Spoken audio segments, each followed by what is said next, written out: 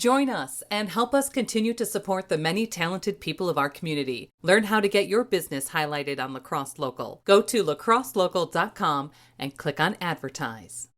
The Pump House Regional Arts Center brings you live, heartfelt performances from gifted singer-songwriters. Enjoy original music brought to stage by area mainstay musicians and sought-after regional bands. Check out the concert series online and pick up your tickets at thepumphouse.org. We connect with Sam Thueson, Executive Director of one of our favorite festivals, bridging two cities, Midwest Music Fest in Winona and La Crosse. We talk about the changes happening for the 2023 festivals, along with getting into the Winona lineup of bands and musicians. You can find more conversations, food reviews, weekend picks, live music, and events on our website, lacrosselocal.com. I'm Amy. And I'm Brent. And this is La Crosse Local. Hey, I'm Sam. I was born in the Twin Cities area, grew up in Stillwater, Minnesota. I came down to Winona on a whim, touring some colleges. My dad went to Winona State for a year. I had some family members that had gone to St. Mary's, and I decided to, just tour them. And then a few months later, I realized I was comparing every college tour to the Winona area, kept thinking about the Bluffs, and it was too pretty to leave. From there, how did the connection, were you an attendee? Did you volunteer? How did you weave your way into being now the executive director of Midwest Music Fest, correct? Yeah, so kind of a whim. I was an attendee by chance. I had some friends that were playing it, but I had missed kind of the volunteer window, was too poor to go. And then through high school, I worked in this camping store. And my boss from there called me the day of the fest in 2017 and said, "Hey, I just won tickets on the radio. Do you want them?" And I was sitting in the living room with a friend, and yeah, we hopped right on down and just had a blast with it. That was the first time we had seen, they were called Blackfoot Gypsies at the time. And that was just this mind-blowing experience for, two 19-year-olds living in a college dorm. And yeah, that was great. Towards the end of college, I started doing audio tech stuff. And so I worked for Northern Sun Productions, or subcontracted through them, and worked my first Midwest there. And then the last couple of years, I've been an events manager at Island City Brewing, which is also a stage at Midwest. And so I was just kind of on the, edge of things, had experienced it from a few sides and really enjoyed all of them. The job listing came out, and right time, right place.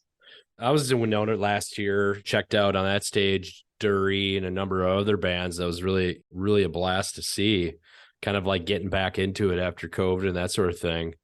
So for people unaware, Midwest Music Fest is basically multi-stage, multi-venue, a variety of artists. People can think of South by Southwest, Mile of Music, which is Appleton, which is another favorite of mine. I mean, that's pretty much the gist, right? For people that want to come down, check out new music maybe they've never heard before on a variety of different stages. Yeah, absolutely. So we're shooting for about 7 stages this year. We have just over 70 bands.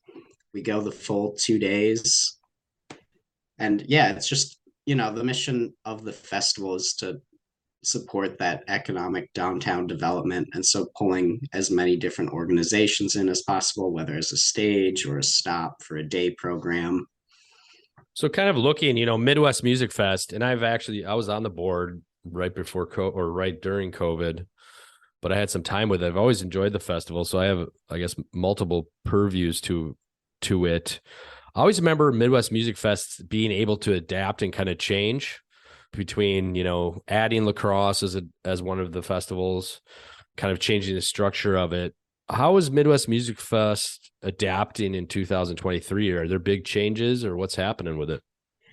Yeah, so with this upcoming fest, it won't be, for the Winona weekend, it won't be crazy different format wise, just because, right, we're an organization just getting back to what we do. And then also I'm new coming in 4 months before, so nothing too crazy there. really just trying to solidify the fundamentals of keeping that community engagement, making it as accessible to the public as possible. There'll be a tent on the main stage. I guess that's a change. Lacrosse, we will be seeing some pretty big changes coming. It's just for two communities that are so close, they're very different. We'll be kind of decentralizing it a bit. The festivals in Lacrosse will be in November instead of September now. Just September is so packed with fun things to do in the region, but it gives, the average person pretty bad burnout on events.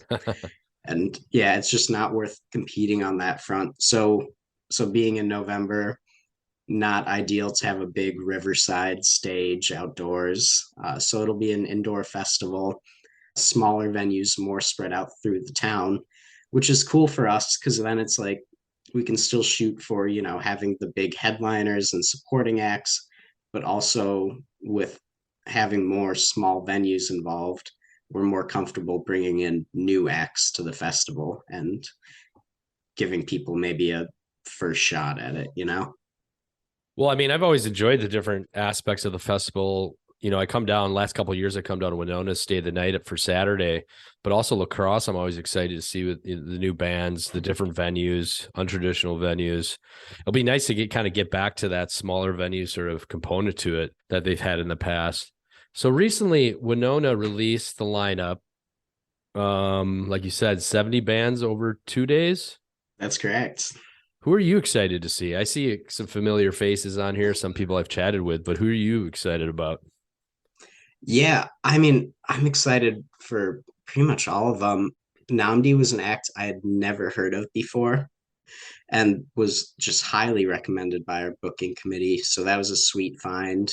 Your Smith was one of the first kind of big Minnesota acts that I had experienced as a, guy that liked music in his mid 20s. It's really fun to have Ruben back for me personally. They played the first couple Midwest Winonas pretty consistently and have been gone since about 2016. So having them around is going to be a treat. Hmm. So kind of just looking through these, some of these people I've chatted with, like Phoenix Dion last year played the Lacrosse Festival, and they're just a joy to watch on the Riverside stage at that time. Some local favorites from Lacrosse, Matt Mansour, Cass Magpie. Man, it's just Cass is great. It's just a plethora of different bands. Immaculate Beans is also just a fun one. I've heard of these other ones coming up too, like Purple Funk Metropolis is passing through the town here in a little bit. And always the People's Brothers Band, which I'm always excited to see if you just want to like shake your body. Yeah, they sure are good at getting the room moving. So what's next? Is there any big announcements coming up for the festival, or people should get their tickets, or what's the deal? Yeah, get your tickets. Early bird ended a bit ago, just in prep for the lineup announcement, but definitely worth getting your ticket now. We're working on a few promo shows before the fest just to get people excited for it. So we'll have two in Winona. Unfortunately, I don't have confirmed dates on them yet, but they'll be happening the next 2 months. Stay tuned to our Facebook page.